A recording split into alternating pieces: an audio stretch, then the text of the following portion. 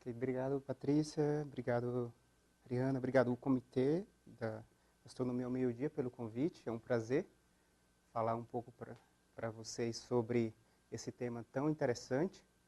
Ah, obrigado a vocês por ter vindo participar. Eu vejo bastante caras novas. Eu não sei se todo mundo aqui é da astronomia. Quem é da astronomia aqui, levanta a mão. Então, quem é da física e de outras áreas? Então, tem bastante gente de outras áreas.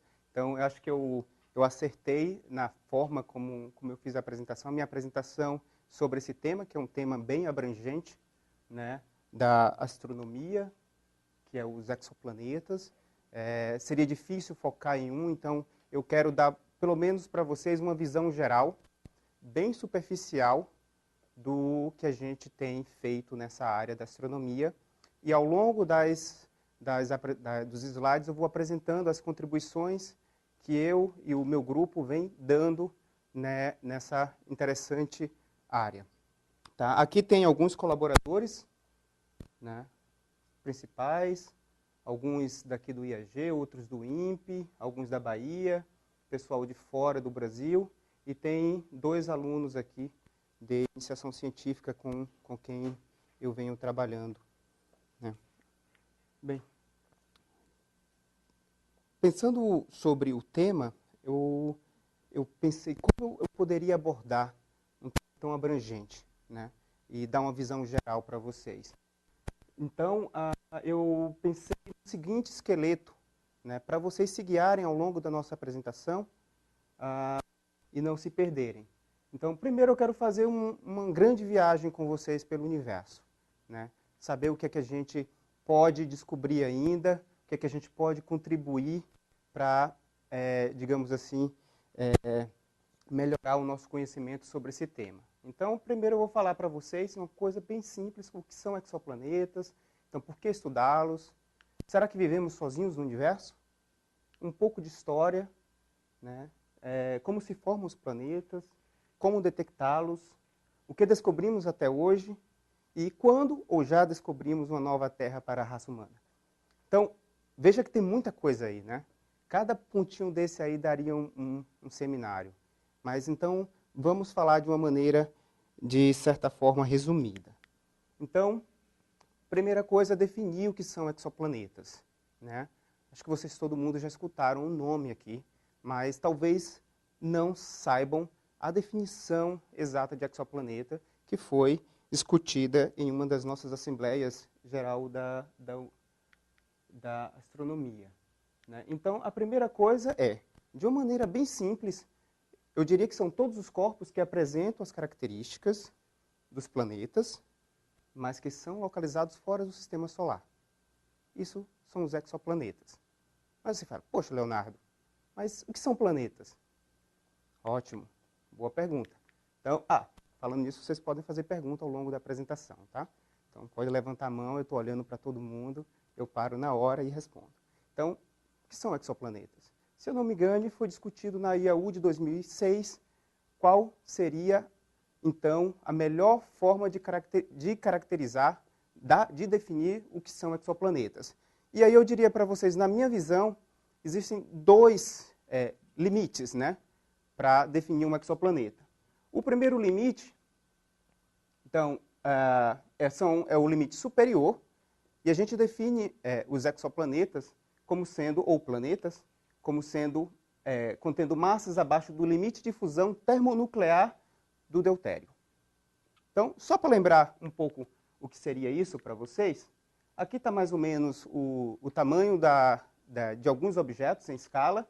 Aqui está o nosso Sol, que alguns objetos conhecidos, que são uma anã vermelha, tá? E aqui está a temperatura no eixo X, veja, 3.600 já é uma anã vermelha. Aí, em 2.600 Kelvin, você já tem uma jovem, né, anã marrom, ou seja, a diferença de estrela para anã marrom é que, no caso da estrela, você queima o hidrogênio em hélio, e da anã marrom você não chega a queimar o hidrogênio, você só queima o deutério. Então, se você vai diminuindo a temperatura e massa, você vai chegando no limite entre as anãs marrons e os exoplanetas. E aí, mais ou menos ao redor de 300 e 500 para 125 Kelvin, por exemplo, que é o região, com massa ao redor de 12 massas de Júpiter, é o limite entre o que a gente conhece entre anãs marrons e planetas. Então, esse é o limite superior. Então, todo mundo agora vai lembrar. 12 massas de Júpiter, para levar para casa, tá? Abaixo é exoplaneta. E o limite inferior? Qual seria? Então, o limite inferior é o seguinte. O objeto precisa ter massa suficiente para ser esférico e, além disso, ser o objeto dominante na sua órbita. O que nesse caso, se vocês estão lembrados da velha história de Plutão, coitado, né? Ele foi rebaixado a planeta não, mas por que ele foi rebaixado a planeta não? Né? Então, se vocês lembrarem que há pouco tempo atrás a gente descobriu algumas luas dele, você vai ver que Plutão, na realidade, ele tem uma lua relativamente grande e que torna ele não sendo o objeto dominante da sua órbita. É tanto que o centro de massa não localiza-se dentro do Plutão, e sim entre as duas massas, entre Plutão e Caronte. E, né, história hilária, mas uma história engraçada, é que depois que ele foi rebaixado e se descobriu essas outras luas ao redor dele, ele acabou criando o seu próprio sistema, né? Você se sentia excluído do sistema solar. Bem, mas continuando aí a nossa história, né? Por que, então, estudar os exoplanetas? Então, você já tem a definição. Limite superior, 12 massas de Júpiter. Limite inferior, ele tem que ter massa suficiente para ser esférico e ser o objeto dominante da órbita. Ao longo da sua formação, ele tem que ter praticamente capturado toda a matéria, né? E se formado. Ok. Por que estudar os exoplanetas? Eu vou dar só umas pequenas questões aí, obviamente que tem muita gente que pode falar sobre outras questões para estudar esses objetos, outras motivações, mas eu diria que, no meu caso, a primeira pergunta é: será que vivemos sozinhos no universo? Acho que essa grande questão que, acho que desde a antiguidade, desde os primórdios da raça humana, a gente vem se perguntando, né? E, bem, a gente precisa responder. Então, como os planetas são formados? A gente tem teorias para explicar como os objetos, os planetas são formados. Mas, será que a gente já tem evidências observacionais sobre essa pergunta? Como eles evoluem? Como evoluem os sistemas planetários? Tá? Da mesma forma, temos teorias, mas será que a gente já chegou a concretizar uma visão geral sobre isso? Então, quais as estruturas dos planetas? Rochosos, gasosos? A gente tem outra coisa, né? Ou alguma coisa mista disso? Qual a sua composição? Qual a composição da sua atmosfera? Então, tem diversas motivações para você estudar os exoplanetas, né? Não é por acaso que é uma das áreas em astronomia que tem mais crescido nos últimos anos. Ok. Então, a primeira pergunta a gente vai começar a tentar responder. Obviamente, as outras coisas eu vou tentar pincelar aqui, as motivações, mas o que eu quero perguntar para vocês, e isso é uma coisa que a gente tem que se perguntar, e eu vou tentar responder ao longo da palestra, ou tentar deixar mais dúvidas para vocês. Então, será que estamos sozinhos no universo? Então, antes de fazer qualquer teoria da conspiração, a gente tem que ir para o que a gente sabe de fato, né? E o que a gente sabe de fato é o seguinte: ainda em 1962, 61, o Dirac colocou uma equação bem enigmática, né, do qual, se a gente resolve essa equação, a gente teria o número de civilizações no universo, né? Obviamente que isso inclui incertezas, mas a gente já tem valores relativamente precisos para esses dois primeiros parâmetros. Então, eu quero fazer um pequeno teste com vocês, né, de qual seria a probabilidade com que a gente, digamos, aproximadamente conhece hoje, né? O primeiro número é o número de civilizações, né? O segundo aqui, o primeiro parâmetro do lado direito, é o número de estrelas em nossa galáxia, né? E aqui a gente está falando só da galáxia, a gente não está falando de universo. Então, a gente tem aí cerca de bilhões de estrelas na nossa galáxia, colocando um valor aí aproximado, 2 vezes 10 elevado a 11. O segundo é a fração de estrelas adequada para planetas e vida. Isso, a missão Kepler, e eu vou mostrar para vocês aqui alguns resultados, vem limitando bem esse número, né? Então, eu coloquei um certo valor aqui, mas esse número já está atualizado, tá? Então, quando eu multiplico esse valor, aqui o limite inferior e aqui o limite superior, eu multiplico isso por isso, vai dar esse valor, 1, 10 elevado a 9 e 6, 10 elevado a 10. O terceiro parâmetro é o número médio de planetas habitáveis. Aí já vai diferenciar um pouco. E eu vou mostrar para vocês depois o que é que a gente acredita por planetas habitáveis. Tá? Se a gente multiplica limite inferior por 0,01 e 0,5, a gente obtém esse valor aqui, 10 elevado a 7 e 3 vezes 10 elevado a 9. O outro número, o NE, é o número... o FL é a fração em que a vida se desenvolve. E aí, colocando só valores, né, que a gente imagina que possa ser o verdadeiro, obviamente que isso vai dar um erro muito grande, isso é entre 0,01 e 1, e aí você já obtém 1 vezes 10 elevado a 5 e 3 vezes 10 elevado a 9. Depois o FI, é a fração em que a inteligência acontece. E aí, colocando um determinado valor, 1 milésimo e 0,5, a gente já tem 100 e ainda 10 elevado a 9, aproximadamente. Depois a fração em que tenta se comunicar, as civilizações. Colocando 0,5, fica 50 e 10 elevado a 8. E, no finalmente, o L, que é a fração de vida, a fração da vida da estrela, que a civilização dura. Obviamente que a civilização pode se exterminar por diversos fatores, e a fração da vida em que ela pode ocorrer também não é inteiramente a idade da estrela. Então, isso aqui é o que a gente tem mais incerteza. 10 elevado a menos 8 e 10 elevado a menos 3. Quando eu multiplico, isso dá 5 vezes 10 elevado a menos 7 a 750 mil ações na nossa galáxia. Obviamente que é mais fácil acertar na Mega Sena do que ter um valor, né, preciso para esse número aqui de civilizações. Agora, imagina o caso mais propício das civilizações, o caso mais ideal, né? 750 mil civilizações na nossa galáxia. Será que já teríamos tempo para entrar em contato? Alguém se habilita a responder isso? Não? Não? Então, eu vou colocar só uma coisa aqui, que é o seguinte. Imagine que para você entrar em contato, você precisa mandar um sinal, não é isso? E esse sinal tem que ir e tem que voltar. Ou seja, tem que ser multiplicado por 2. E o sinal, a velocidade máxima que ele viaja é a velocidade da luz. A estrela mais próxima de nós está 4 anos-luz. Então, para chegar lá e voltar, seriam 8 anos. Eu lembro para vocês que a raça humana, ela começou a ter a tecnologia suficiente para entrar em contato com outras, né, raças fora da Terra, por volta quando começou a emitir sinal de TV e rádio.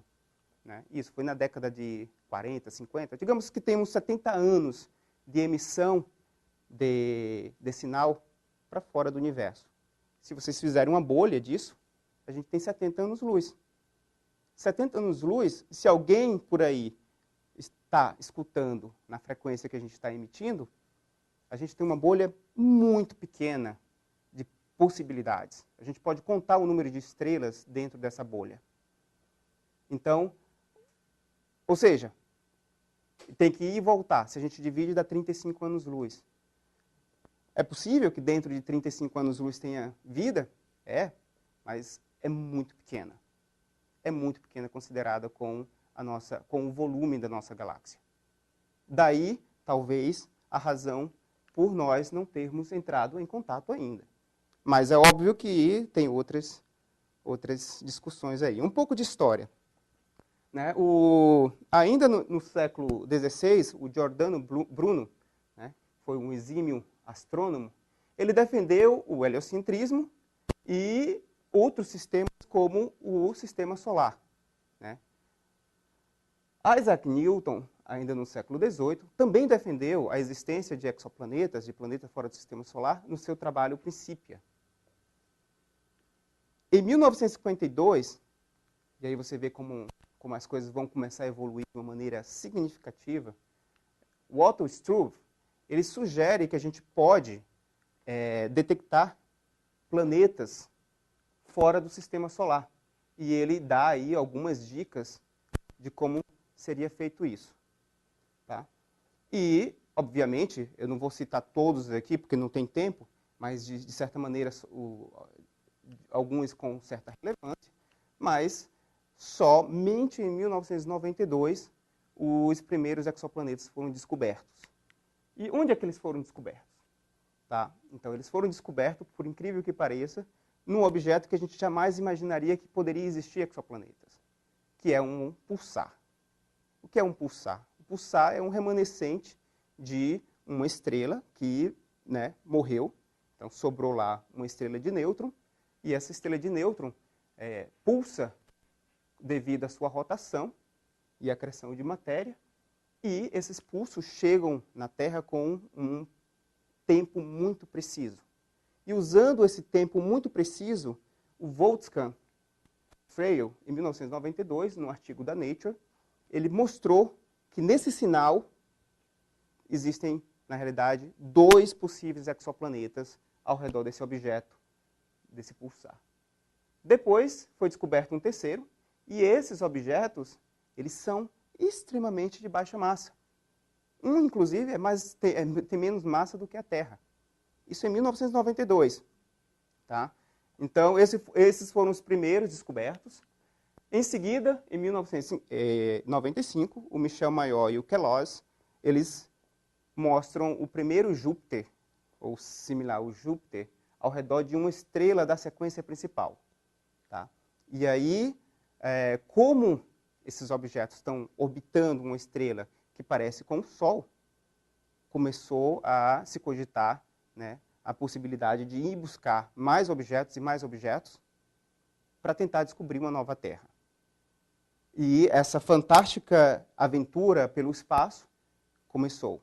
Ou, obviamente, começou antes, mas aqui, de fato, a gente tem os primeiros resultados. Daí, um tópico bem rápido, que como seria, então, a formação planetária? Né? Falando sobre isso, tem um vídeo do James Webb, que é um telescópio de 4 metros, que vai ser lançado pela NASA, provavelmente, se eu não me engano, em 2019. E isso aqui é um marketing do James Webb, uma propaganda, porque uma das principais áreas de pesquisa vai ser exatamente a formação dos planetas. O James Webb ele vai ser um telescópio para observar no infravermelho, então ele consegue observar dentro, né, penetrar nessas nuvens de gás e poeira, onde se acredita, essa é uma imagem do Hubble, do pilares da formação. Então, ele consegue penetrar e observar lá dentro o que está acontecendo na hora, né, do nascimento. Então, esses objetos onde tem bastante gás, bastante poeira, é o que a gente acredita e o que a gente vê, onde existe a formação das estrelas, onde as estrelas são formadas e começam a queimar o hidrogênio inicialmente. Então, o que o James Webb está propondo é poder chegar e visualizar a hora da formação, os processos que acontecem ao longo da formação, usando, obviamente, uma gama de objetos. Isso aqui é só uma simulação para vocês terem uma ideia de como seria ou como a gente acredita que seja a formação dos planetas. Você tem uma nuvem de gás e poeira, né? De repente acontece uma perturbação externa por supernova ou outros fatores que possam perturbar. Então, de repente, a nuvem começa a formar coágulos, né? Esse coágulo, vocês sabem, quanto mais massa, mais gravidade. Você começa daí a acretar mais matéria, você tem a formação de um disco devido ao momento angular, né, que é conservado da nuvem primordial. Então, chega um momento em que a temperatura atinge, existe um limite de temperatura de queima do hidrogênio é atingido, né, que é cerca de 10 milhões de Kelvin. No centro, a estrela nasce, mas ainda assim você tem formação, o disco ainda continua girando, sendo acretado na estrela, mas ao longo do disco você começa a ter a formação de pequenos coágulos também, que vão se aglomerando, né, ao longo da vida dessa protoestrela e ir formando os primeiros planetas. É assim que a gente acredita que eles são formados. Mas isso é teoria, isso é simulação. A gente quer ver isso acontecendo, né? Mas será que a gente já viu alguma coisa desse tipo? Aí eu falo sim. A gente já tem discos protoplanetários imagiados diretamente. Como o caso aqui, que foi feito pelo Hubble, pela segunda câmera do Hubble, né? Esses são discos protoplanetários na nebulosa de Órion.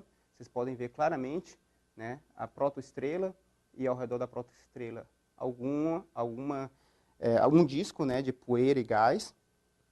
E, além disso, se vocês se lembram bem, esse é o caso mais concreto que a gente pegou, de fato, no ato, a formação dos planetas. Essa é uma estrela da constelação de Taurus, HL Taurus. Ela está mais ou menos a 450 anos-luz de nós. Foi observado com ALMA, tá? E vocês podem ver claramente essas lacunas, são exatamente as lacunas onde acredita-se que os exoplanetas está varrendo e acumulando matéria. Isso é o que o James Webb quer, mas quer observar em várias fases. Isso aqui é só uma fotografia, né? Num filme, a gente quer observar vários filmes para poder ter uma teoria consistente da formação dos planetas. Então, como descobrir uma nova Terra? Eu vou acelerar um pouco, porque senão não dá tempo de falar tudo.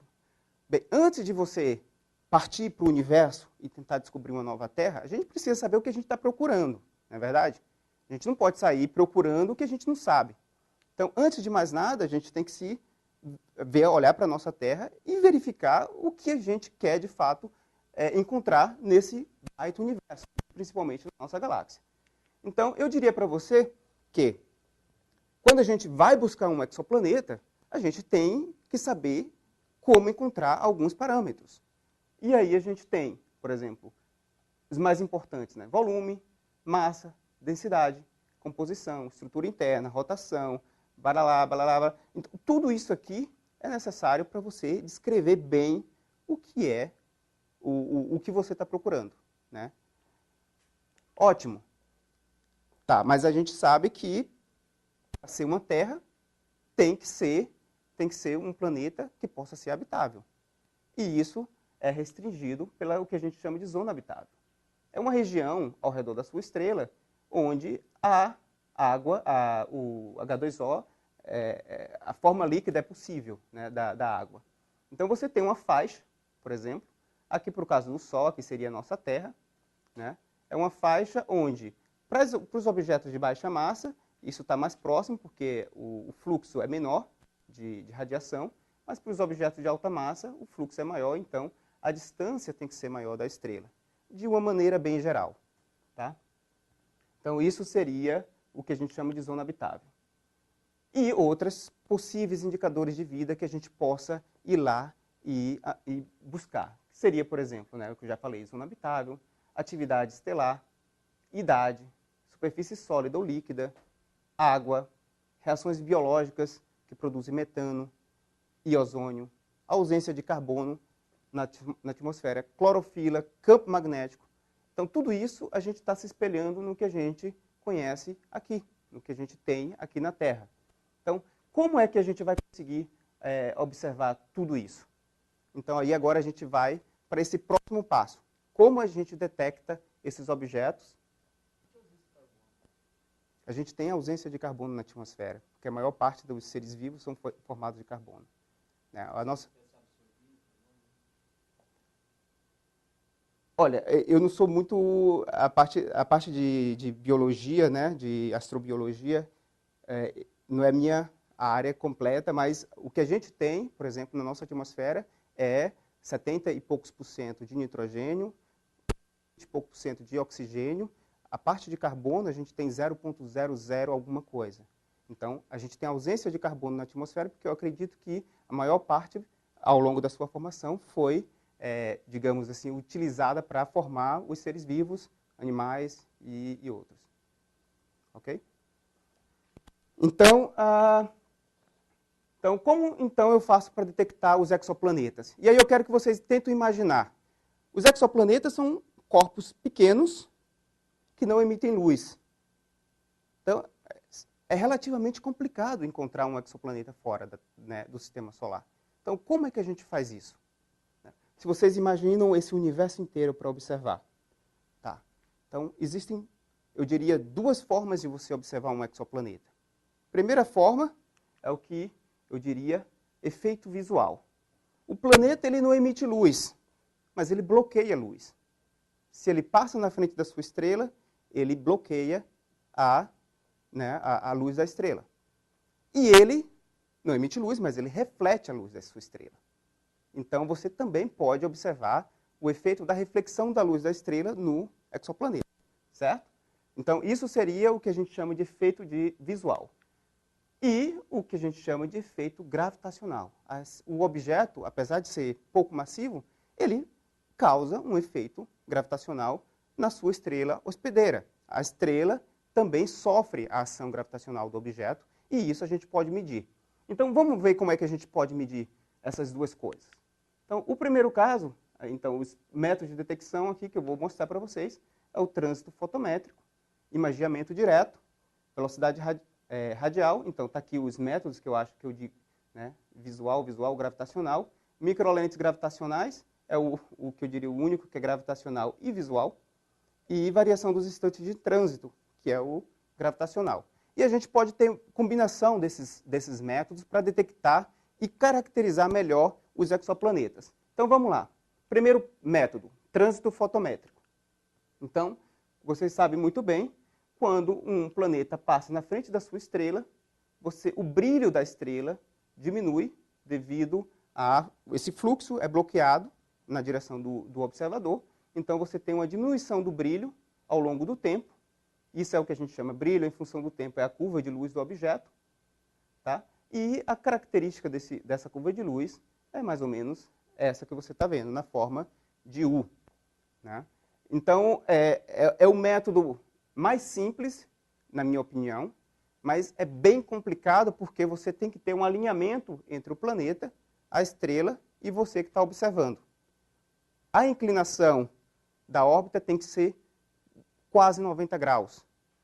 Se ela fosse um pouco, digamos, maior ou menor, o planeta passaria aqui e você não veria nada. Tá? Mas é o método que lhe dá mais informação sobre o exoplaneta. Por exemplo, se você tem velocidade radial, também lhe dá massa, raio, densidade e outras coisas também a mais. Então, aqui alguns casos de trânsitos. Né? Trânsito aqui do Kepler 4b, um objeto bem pequenininho, passando na frente. Aqui Kepler 5b e outros Kepler, né, que foram descobertos com a missão Kepler, que foi lançada em 2009. E aqui os períodos desses objetos. Só para vocês terem uma ideia, essa profundidade aqui é cerca de 1% da luminosidade da estrela. Da luminosidade da estrela. Tá? Nesse caso aqui, pode chegar até, no caso da estrela, do planeta do tamanho da Terra, a 0,1% da estrela. Então, isso é muito pouco. Tem que ter uma precisão fotométrica fascinante para você conseguir detectar esses objetos. Não foi uma tarefa fácil, mas a gente vem conseguindo melhorar a tecnologia ao longo do tempo. Esse aqui é um objeto, o ASP4b, que eu consegui medir com o VLT. Tá? Então, temos aí 7 trânsitos e 2 aqui com o nosso observatório aqui no sul de Minas, o OPD. 2 trânsitos foram medidos lá e os outros no VLT, no infravermelho. Vocês veem que a curva de luz é muito precisa.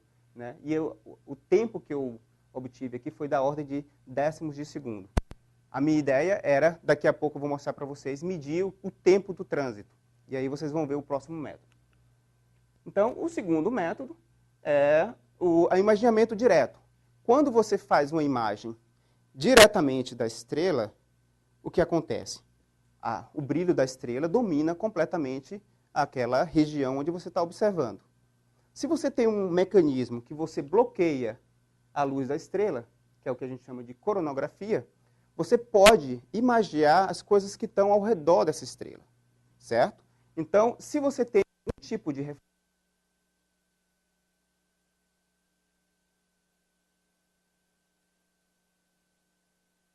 maior, que é o objeto mais brilhante na constelação de Peixes, né? Isso é uma palavra árabe para se referir à boca de peixe. Em 2004 e 2006, o pessoal com o Gemini fizeram 2 imagens bem profundas dessa região, bloqueando a imagem central da estrela, e obteve esses 2 pontos. Um pontinho aqui, tá, nessa região aqui, 2004 e 2006. Esses 2 pontos mostram que existe um objeto que está se locomovendo numa órbita kepleriana ao redor do objeto central. Foi a primeira detecção direta de um exoplaneta, né, de um planeta fora do sistema solar. Então, aqui outras imagens lindas desse objeto, né, com o Hubble, com o Herschel e com o ALMA, também mostrando, em alguns casos, a presença do exoplaneta. Tá? Então, velocidade radial foi usado para fazer a primeira descoberta. Né? Velocidade radial, o planeta age da mesma forma que a estrela age sobre o planeta gravitacionalmente, existe a contrapartida, de uma maneira, obviamente, diferente, a força vai ser diferente de uma para outra, mas esse movimento, se você tem uma forma de medir bem preciso, você consegue medir o deslocamento espectral, né, da estrela principal, que é o que você está observando. Então, isso, se você faz a medida, você pode colocar isso na forma de velocidade, você faz uma tradução do deslocamento espectral em velocidade, e você medindo essa velocidade, você consegue medir qual é a massa, limite inferior da massa desse objeto que está agindo sobre a estrela principal e faz ela bambolear ao redor do centro de massa comum. Por favor. Você vai ter 3 sinais parecidos com esses, sobrepostos, e quando você analisa isso num espaço de frequências, como o espaço de Fourier, fica mais fácil de você descrever e separar a contribuição de cada um dos exoplanetas. Ok? Então, aqui foi o primeiro, né, uma ilustração aqui da primeira descoberta ao redor de uma estrela da sequência principal, feita. Aqui foi as medidas que o Michel Mayor e o Queloz fizeram, tirada do artigo dele de 1995. Tá? Então, a partir daí, teve uma corrida tecnológica para você melhorar cada vez mais a medida da velocidade radial, ou seja, diminuir a barra de erro. E, obviamente, detectar planetas cada vez menores, que fazem essa estrela bambolear cada vez menos, né, ao redor do centro de massa. O outro efeito é o efeito de microlentes gravitacionais. Então, se você tem um observador observando uma estrela de fundo aqui, e, de repente, se alinha com essa estrela de fundo um planeta, ou uma estrela, ou o que seja, o Einstein mostrou, né, na sua teoria da relatividade geral, que a luz se curva ao passar por uma massa, né, por uma distorção do espaço-tempo. Então, a massa aqui dessa estrela, que a gente chama de estrela-lente, distorce o espaço-tempo, e essa luz que iria diretamente para o observador, ela passa a ter outros contornos, e isso a gente pode observar. De que maneira?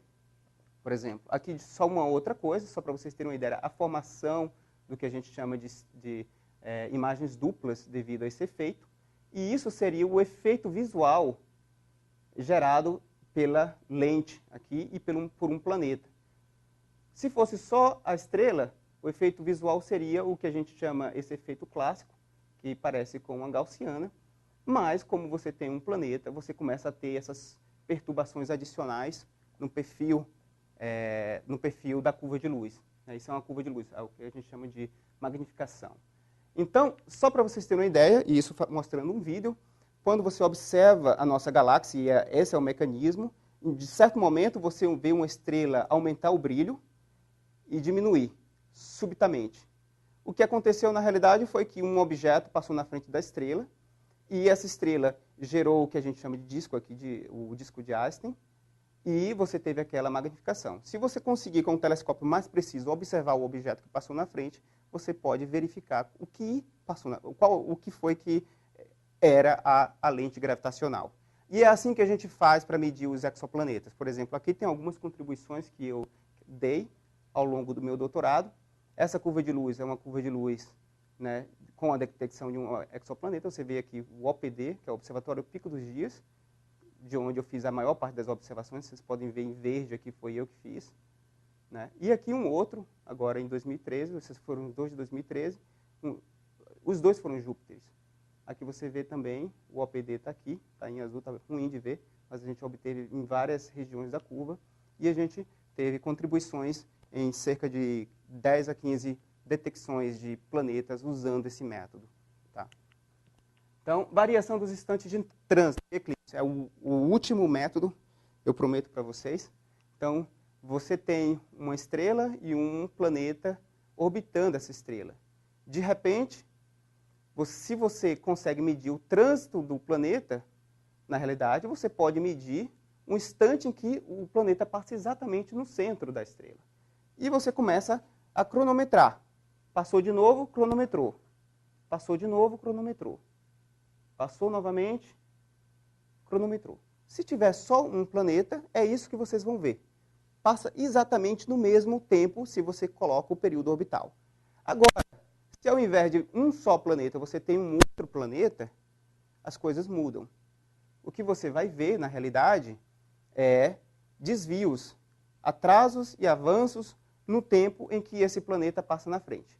Então, vamos lá. Medindo a primeira passagem, chegou um pouco antes. Próxima passagem, um pouco depois. Próxima passagem, um pouco antes novamente. Novamente, um pouco depois.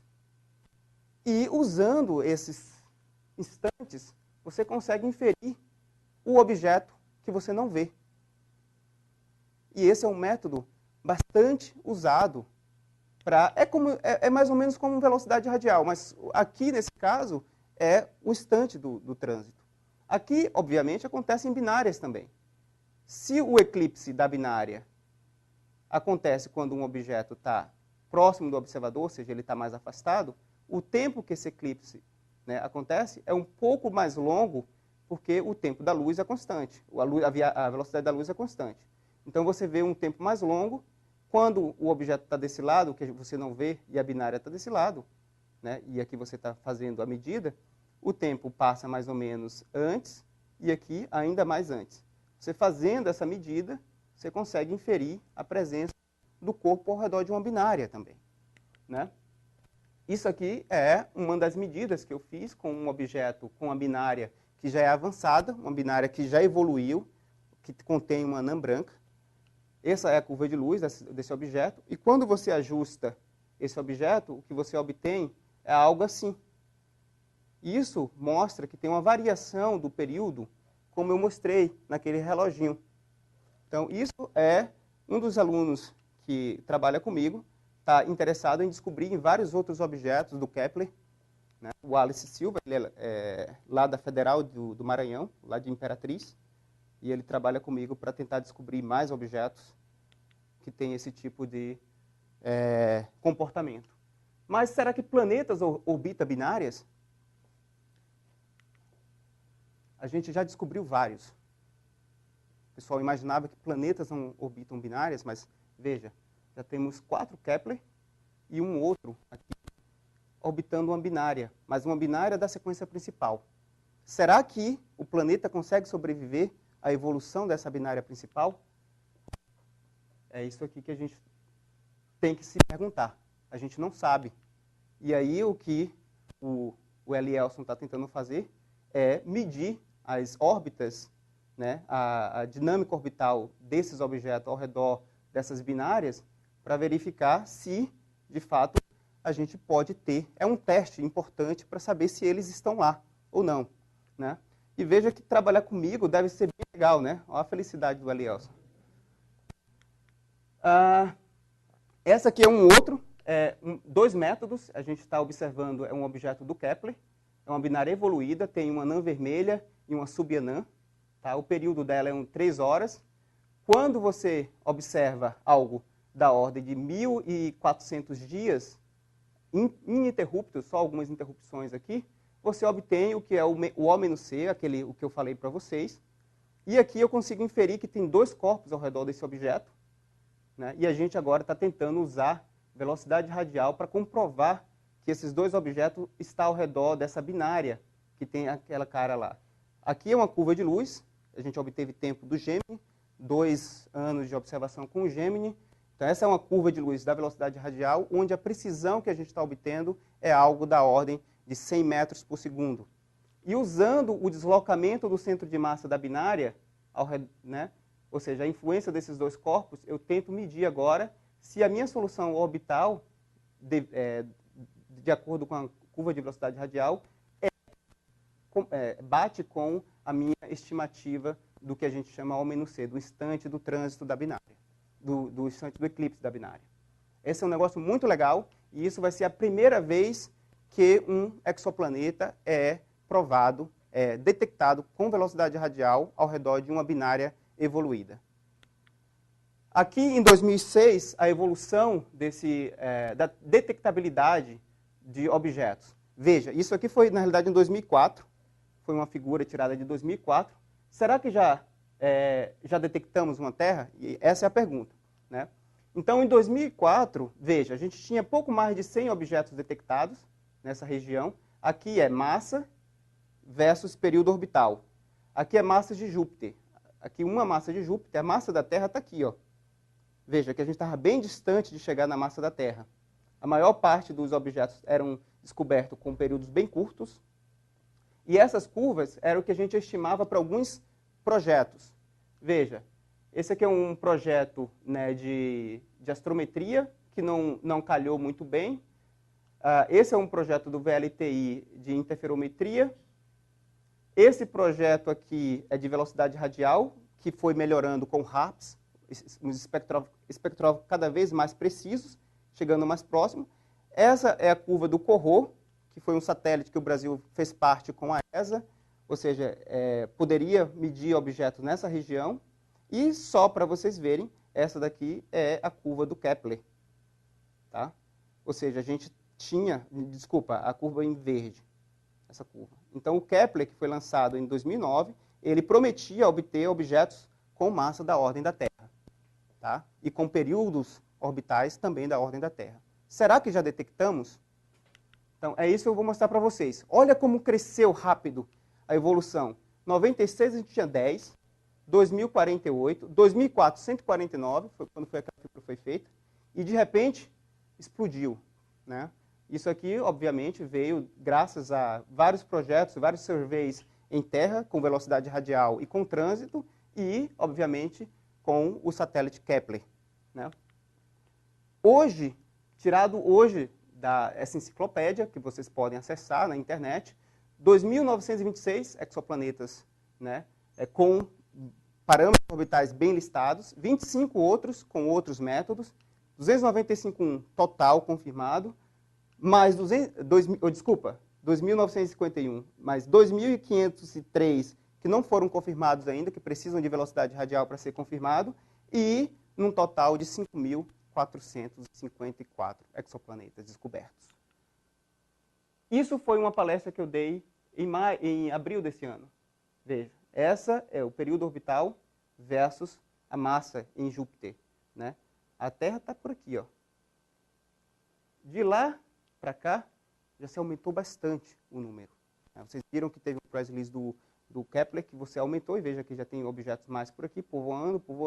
Mas será que a gente já descobriu uma Terra igualzinha, com a mesma massa e com o mesmo período orbital? Está ali, ó. Ainda não. A gente não tem um planeta gêmeo da Terra, até então. Gêmeo, tá? Mas a gente tem alguns objetos que podem ter vida. É um pouco diferente.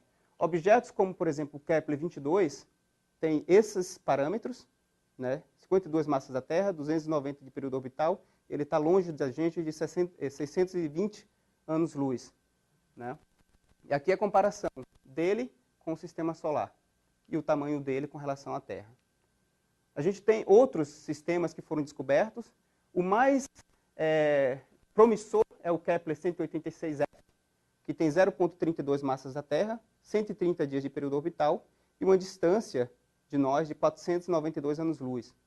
Aqui tem um outro Kepler com 5 massas da Terra, 385 dias de período orbital e 1.400 anos-luz de nós, né? E aqui a comparação dos dois sistemas com o Sistema Solar, para vocês terem uma ideia de escala. Existem outros? Obviamente, existem. O que a gente tem hoje na zona habitável são esses objetos. Aqui está a nossa Terra e são todos esses objetos se localizam na zona habitável. O Kepler 186f está aqui. É o que mais que a gente acredita que possa ter, né? Tem outros também, mas é o mais promissor. E, obviamente, isso aqui é só para vocês terem uma ideia. Aqui está o tempo da detecção do Kepler, 2012, e isso foram as detecções. Isso de uma maneira geral, você vai aumentando o tempo, você vai aumentando o número de sistemas. Aqui está o nosso sistema solar, para comparação, e isso tudo foi o que o Kepler detectou ao longo dos primeiros 4 anos de vida do satélite. Já de terminar, vocês vão me perguntar sobre o Próxima B, né, que foi o último press release que saiu aí com o objeto, o planeta descoberto mais próximo de nós, está 4,2 anos-luz de nós. Ele tem uma massa estimada inferior, porque o objeto foi detectado via velocidade radial, e velocidade radial, a massa que você determina é só a massa inferior, tá? De mais ou menos 1,3 massas da Terra, isso está em francês, tá? Tá difícil de entender. Uma órbita de 11 dias ao redor da sua estrela, que é Próxima Centauri, né? Lembro para vocês que Próxima Centauri faz parte do sistema triplo, onde a sua principal componente é Alfa e Beta Centauri, que está aqui, né? E essa é a distância que esse objeto se localiza de nós. Obviamente que eu não ia deixar vocês sem tentar fazer uma viagem a esse planeta, mesmo que seja virtual por enquanto, né? Então, está aqui a Crucis, tá, Alfa e Beta Centauri. Então, quando Alfa e Beta Centauri aqui, então você faz uma viagem a esse sistema triplo, né? E você descobre que lá, ao redor dessa estrela vermelha, né, tem um planeta usando o método de velocidade radial. Esse objeto é o objeto mais próximo, é 4 anos-luz. É o que a gente pode, né, mandar uma sonda, tentar fazer alguma coisa, né, nos próximos anos. Quais serão os próximos desafios? E aí eu falo para vocês, na minha opinião, sincera opinião, caracterizar as atmosferas dos exoplanetas descobertos. Esse é o próximo desafio. Se encontrar eles já é complicado, imagine você ir lá e medir a composição da atmosfera, né? Aqui só para vocês terem uma ideia, comparação de algumas estrelas. Essa já é uma estrela vermelha, de baixa luminosidade, é uma M6.5 da sequência principal. Você tem outras aqui que são as anãs marrons, uma L5 e uma T8, e aqui um espectro de Júpiter. Veja que daqui para cá são 5 ordens de grandezas. Você pode chegar até mais. Ou seja, é muito difícil você tirar um espectro de um planeta isolado da sua estrela companheira. Então, esse é o desafio. Tem muita gente trabalhando nisso. E outros, né? Entender os processos de formação e evolução de sistemas planetários, né? Principalmente esses sistemas binários, que tem pouca gente trabalhando, e é o que eu estou fazendo. Existe ou não uma segunda geração de planetas devido à injeção de massa que acontece, por exemplo, quando uma binária evolui, você ejeta massa, e essa massa pode ser capturada novamente, criar um novo disco protoplanetário e ser formada uma nova geração de planeta. E, obviamente, fazer contato, enviar uma sonda. Isso é mais para o pessoal, né, da tecnologia de aeroespacial, né? Obviamente que, se você quiser fazer parte da equipe que estuda os exoplanetas, né, vocês estão super bem-vindos para se tornar uma pessoa alegre. Vocês podem participar, né, aqui são algumas pessoas que eu trabalho diretamente com isso, os mais que eu trabalho, né? Tem o professor Silvio aqui, que é agora colaboração com o aluno Elielson, que a gente está trabalhando na parte de dinâmica orbital, para trabalhar na parte de detecção e caracterização de exoplanetas, trabalhar com microlentes, trânsito, velocidade radial, tempo de eclipse, estabilidade orbital de planetas.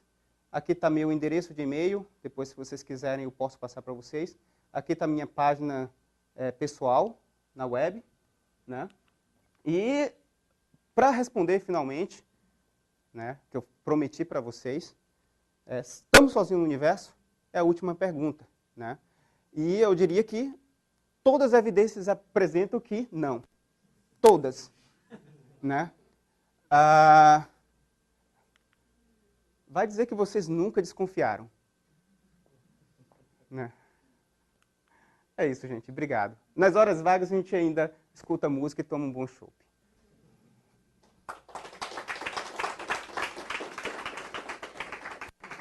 Obrigada, Leonardo. Gente, alguém ainda tem alguma pergunta que gostaria de fazer? Como é que monta esses nomes dos planetas? Bem, segue uma regra da IAU, né? O planeta tem o nome da estrela e seguindo com B, C, D, F. Então, se a estrela foi observada no survey, então o survey do Kepler, número da estrela, né? B, no caso aqui eles estão colocando a numeração, Kepler 1, 2, 3, 4, 5, 6, na sequência lógica da descoberta. Mas o Kepler 1 tem uma numeração do survey do Kepler, que é Kik e uns números, 6 ou 7 números adicionais. Então, se foi uma estrela do 2MASS, vai ser 2MASS, B, 2MASS, C. Se é uma estrela que tem mais, é uma binária, na realidade você coloca C, porque a B é a componente secundária do sistema binário. E assim sucessivamente. Eu queria colocar meu nome, mas não dá. Só isso, você só consegue isso quando você tem bastante fama, né? Como o professor Silvio aqui tem um nome de, se eu não me engano, o quê? Um asteroide, professor Silvio, no seu nome? Exatamente. Aí você consegue, mas eu preciso chegar lá primeiro. Oi? Sim, sim. Esses imaginamento direto, essa luz que a gente vê do planeta é reflexão da luz da estrela, né? A gente bloqueia a luz da estrela na nossa direção, mas nas outras direções ela continua ainda. Então, a luz da estrela, ela reflete no planeta, na atmosfera, que tem um determinado albedo, e esse brilho é que a gente enxerga. E aí dá para estudar a atmosfera, exatamente. Ou seja, esses próximos coronógrafos que tem, como o GPI, que é o espectrógrafo do Gemini, telescópio que o Brasil faz parte, o SPHERE do ESO, do VLT do ESO, além de você fazer a medida direta do objeto, ele tem vários grismazinhos, várias fendas para tirar o espectro da região. Então você tem o espectro de toda a região de amostra, então se tem um objeto lá, você vai conseguir um espectro do objeto. Então, além de você medir diretamente o planeta, você ainda tem o espectro, né, como um prêmio. Obrigado.